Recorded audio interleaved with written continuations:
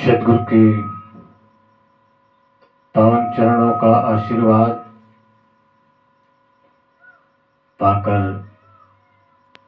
कुछ निवेदन प्रस्तुत है। बीजक मूल ग्रंथ का शब्द है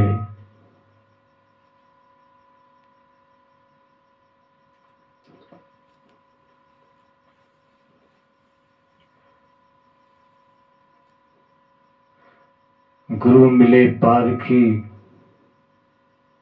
पारख दे लखाए, कहे कबीर पारख की औषधि पारख सबकी मार।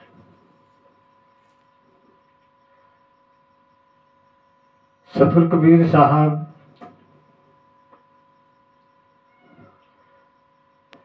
पारख शब्द पर कहा है कि यदि पारखी गुरु मिल जाए तो वो सबको परख करा देते हैं, अर्थात ज्ञान करा देते हैं, जिससे कि सच्चाई का पता चल जाता है कि सत्य क्या है। इसीलिए कहा कबीर साहब कि पारख सबकी बात, ये पारख सबकी माता है। माता कभी झूठ नहीं बोलती है, सदैव वो सच्चे राह दिखाती है, सतमार्ग पर ही सदमार्ग ही बताती है। ऐसे ही कहा है पारख परख शब्द में अंतर आया है। परख और पारख,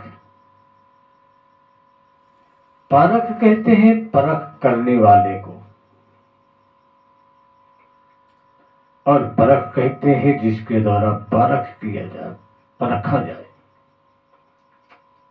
उसे पारखी कहते हैं। जैसे सुनार है, सुनार पारख है, और सुनार परखी के द्वारा सोने की परख करता है। सोना अच्छा है या सोना खराब है या पीतल है, उसकी परख परखी से ही करता है। इसलिए कहा पारख परख, पारख जो परखता है, और परख जो परखा जाए, और पारखी जिसके द्वारा परखा जाए। ये तीन शब्द, तीनों का भाव। सोनार पारख है और सोना परख है, और जिसके द्वारा सोने को हम परखते हैं वो पारखी है, परखी है। इसी प्रकार कबीर साहब कहते हैं सच्चाई की परख करने वाला, सत्य की परख करने वाला, सत्य शब्द को परखने वाला ही पारख होता है, और जिसके द्वारा सत्य शब्द की परख की जाती है वो पारखी होती है। अर्थात ये जीव ही पारख है, जीव परख करता है,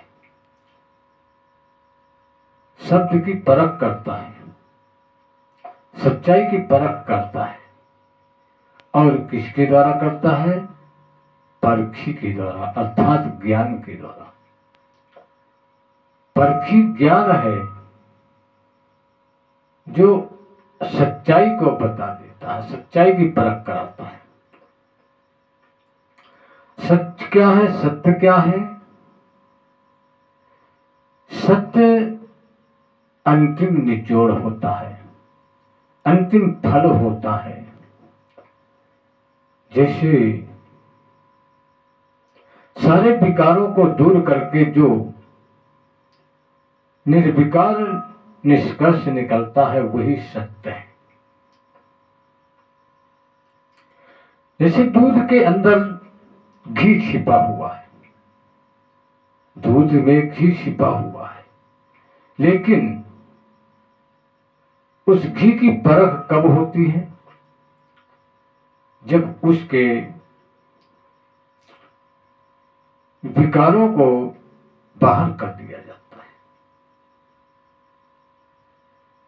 दूध तो घी की धरोहर है, घी को अपने में रखता है, लेकिन उससे निकालने के लिए हमें अनेक प्रकार के जो विकार हैं उनको छांटना पड़ता है, निकालना पड़ता है। दूध को हम गर्म करके पहला विकार उसे हम दही सहित निकालते हैं, दूध से हम दही को अलग करते हैं, लेकिन अभी हमें घी नहीं मिला है। अब हम दूध से दही में घी को देखेंगे, फिर दही को हम मक्खन बनाते हैं। मक्खन, ये सब विकार हैं, और मक्खन को जब शुद्ध करते, साफ करते हैं, मक्खन को अलग करते हैं, तो उसमें से घी निकलता है जो सत्य है। क्यों? क्योंकि सत्य है, क्योंकि घी अंतिम निचोड़ होता है दूध का। यदि घी को हम फिर उससे विकार ढूंढे, उसमें खोजें, तो विकार नहीं मिलेगा, और घी को हम गर्म करेंगे तो घी ही उड़ जाएगा, खत्म हो जाएगा। इसलिए अंतिम सत्य ही सत्य होता है। घी दूध का अंतिम सत्य है, जो खो करके फिर ना हो उसे सत्य कहते हैं। जिसका कभी परिवर्तन आगे न बने, जिसमें कुछ न निकले, निर्विकार हो जाए, वही सत्य है। तो ये सत्यता को हम पारख करते हैं ज्ञान रूपी पारखी से। जीव पारक है, ज्ञान पारखी है, और जो तत्व सत्य तत्व है वो परख है। उसको हमने परखा है, वो सत्य है। सत्य क्या है? जीव किसकी परख करेगा? शब्दों की परख करता है। शब्द सत्य है या क्या है? बिना परख किए जो शब्दों को मान लेता है वो पारखी नहीं है, पारख नहीं है। उसने पारखी का सही उपयोग नहीं किया है, या तो उसकी पारखी गलत है। जैसे सोना को परख करने के लिए अच्छी पारखी की जरूरत पड़ती है। अगर वो परखी सही नहीं है तो सोने को सही नहीं बता पाएगी। इसलिए हमने जीव ही परख करता है, और किसकी परख करता है? जीव की ही परख करता है। जीव जीव को परखता है। अंत में निकलता है कि जीव का सत्य क्या है। जीव का सत्य क्या है? जीव का सत्य है चेतना। चेतना, चेतनता, अर्थात जीव में ही चेतना होती है। जीव के ही संपर्क से जो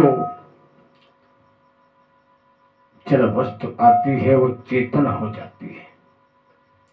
शरीर जड़ है, शरीर जड़ है, और इसमें जब जीव का प्रवेश होता है तो ये चेतन में बदल जाता है, चेतनता आ जाती है। कोई भी वस्तु है, कोई भी जड़ वस्तु ले लो, लोहे है, लोहा है, लकड़ी है, सब कुछ है, लेकिन इस जीव के संपर्क में आकर के लोहा भी चेतन हो जाता है।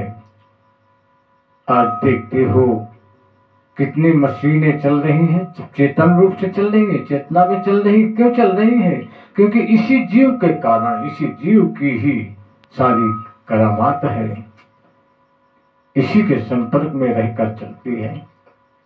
कारखाना चलते हैं, यदि वहां पर कोई जीव ना हो, कोई मनुष्य ना हो, मानव जीव ना हो, तो कारखाना नहीं चल सकता है। हर चीज को चेतन करने के लिए, चलाने के लिए जीव की ही आवश्यकता है। जीव ही सर्वोपरि है। इसलिए कहा है कि जीव ही अपनी परख करता है ज्ञान के द्वारा, और जब अपनी परख कर लेता है तो उसे पता चलता है कि सत्य क्या है, इस सृष्टि में सत्य क्या है। एक जीव ही एक ऐसा है जो सत्य है, जिससे ये सृष्टि चैतन्यमय है और इसी से सारे काम होते हैं। जीव के बिना सब सूना है। कबीर साहब ने कहा है, जीव बिना नहीं आत्मा, जीव बिना नहीं ब्रह्म, जीव बिना शिव नहीं, जीव बिना सब ब्रह्म। आत्मा भी जीव से बिना शून्य है। आत्मा आत्मा कहते हैं, लेकिन जब उसमें चेतना नहीं है तो भी शून्य है। और ब्रह्म भी जो कहा गया है, उसमें भी यदि जीव तत्व नहीं है तो वो भी शून्य है, कुछ नहीं। शिव, जीव बिना शिव नहीं। शिव, शिव शब्द कहते हैं देह को, इस शरीर को शिव कहा गया है। जीव शिव एक है। एक कैसे? जब इस शरीर देह में जीव होता है तो जीव शिव बन जाता है, और जब शरीर से परे होता है तो जीव शिव में अलगाव हो जाता है। जीव कहते हैं जी रहा है तो जीव है, और नहीं जी रहा है तो निर्जीव है। इसलिए शरीर जीता है जीव की वजह से, जीव के कारण, तो जीव है। और जीव जब नहीं होगा तो शरीर निर्जीव है। इसलिए जीव ही सर्वोपरि है, सत्य है। जीव ही सत्य है। देह में जीव ही सत्य है। रामायण में कहा, जीव बिन देह पुरुष बिन नारी। जैसे नारी का सत्य पुरुष होता है, वैसे देह का सत्य जीव होता है। नदी का सत्य जल होता है, ऐसे ही जीव सत्य है। और इसको हम परमात्मा रूप इसको देते हैं, श्रेष्ठ करके इसको परमात्मा का रूप देते हैं। परम माने श्रेष्ठ, आत्मा अर्थात जीव, परम जीव या परमात्मा, यही सत्य है। इसलिए परमात्मा जीव को हम श्रेष्ठ बना ले तो परम हो जाएगा, परम जीव हो जाएगा। और यही जीव जब आत्मा रूप बन जाती है, कारण रूप बन जाती है, तो इसे परमात्मा कहते हैं। आत्मा कहते हैं कारण को, कारण ही आत्मा है, जिसके कारण इस शरीर जी रहा है, चल रहा है, वही आत्मा है, जीव है। जीव के कारण शरीर चल रहा है, आत्मा के कारण सारे कार्य हो रहे हैं। इसीलिए कहा है हर कार्य के पीछे आत्मा छिपा होता है, हर कार्य में आत्मा का समाहित होना होता है। बिना आत्मा के कोई कारण नहीं होते हैं, अर्थात बिना कारण के कुछ नहीं होता है। संसार में कारण कार्य की व्यवस्था दी गई है, जिसके कारण कोई कार्य होता है, और यदि कोई कारण न हो तो कार्य नहीं होगा, आत्मा न हो तो कुछ नहीं होगा। कारण हर चीज में विद्यमान रहता है, चाहे जड़ हो या चेतन हो, कारण सब में है, तो सब में आत्मा होती है। लेकिन जीव आत्मा चेतन है, चेतनता को जीव आत्मा कहते हैं। और आत्मा जड़ भी होती है, जिसमें चेतना नहीं होती है वो जड़ होती है। इसलिए आत्मा को जो है का रूप कारण रूप में दिया जाता है, और आत्मा ही कारण है। जब शरीर से अलग होती ही जीव अलग हो जाता है, बंधनों से मुक्त हो जाता है, विषय के बंधनों से, देह बंधन से जब जीव की मुक्ति हो जाती है तो ये श्रेष्ठ हो जाती है, और श्रेष्ठ हो जाने से इसे परमात्मा कहते हैं, फिर परमात्मा का रूप हो जाता है। इसलिए साहब ने कहा है कि इस चीज के लिए, जानने के लिए पारख गुरु की जरूरत होती है। गुरु मिले सो पारखी, पारख देह लखा। कहे कबीर पारख सबकी, सबकी माता है पारख। इसलिए सतगुरु कबीर साहब पारख शब्द के विषय में कहा है कि पारख, परख करने वाला, और जिसकी परख की जाए उसे परख, और जिसके द्वारा परखा जाए उसे पारखी कहते हैं। अर्थात जीव ही परख करता है और सत्य की परख करता है। इसे जीव पारक है, सत्य परख है, और ज्ञान पारखी है। ज्ञान के द्वारा ही उसको परखा जाता है। यही सदगुरु कबीर साहब का शब्द की वाणी कहा, शब्द की परख कहा है। शब्द शब्द बहु अंतरे, सार शब्द मत लीजिए। कहे कबीर जहाँ सार शब्द नहीं सो तक जीवन से। शब्दों शब्द में बहुत अंतर होता है। एक ही शब्द में ऐसे शब्द है कि एक शब्द चोट पहुंचाता है, एक शब्द औषधि का रूप कर देता है। यही अंतर होता है। शब्द तो सब है, लेकिन कौन शब्द सत्य है, कौन असत्य है, किससे हमें प्रसन्नता होती है, किससे हमें दुख मिलता है, यही पहचान करना ही शब्द की पहचान होती है। जैसे कहा है, शब्द मारा गिर पड़ा, शब्द ही छोड़ा राज, जिन जिन शब्द विवेक या तिनका स्वर्ग काज। ऐसा शब्द है जिसके शब्द लगने से आदमी अपनी आत्महत्या कर लेता है, मर जाता है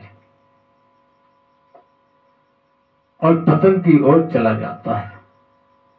और ऐसे ऐसे शब्द हैं जिन शब्दों के द्वारा राजा भी राज छोड़ देता है और फकीरी कर लेता है। ऐसे ऐसे शब्द हैं और जिनके अंदर ये शब्द विवेकी है, जो विवेक पूर्वक शब्दों का उपयोग करता है, उसके सारे काम बन जाते हैं। ऐसे शब्द हैं। गिरा हुआ इंसान उठ जाता है शब्द गाड़ी से। कोई मरने वाला हो, आत्महत्या करने जा रहा हो, ऐसा शब्द लग जाए कि वो आत्महत्या करने से पीछे हट जाएगा, नहीं रुक जाएगा। तो शब्दों का ही सारा प्रभाव होता है। इसलिए शब्द संभाले बोलिए, शब्द के हाथ न पाओ। एक शब्द औषधि करे, एक शब्द करेगा। जैसे साहब कहते हैं, शब्द को संभाल करके बोलना चाहिए, शब्द को संभाल करके बोलना चाहिए। विवेक द्वारा, विवेक के द्वारा शब्द को परख कर लो, ज्ञान के द्वारा शब्द को परख कर लो, तब उसे उच्चारण करो। क्योंकि एक शब्द ऐसा है कि वो घाव करता है, एक शब्द ऐसा है घाव है तो औषधि बन जाता है।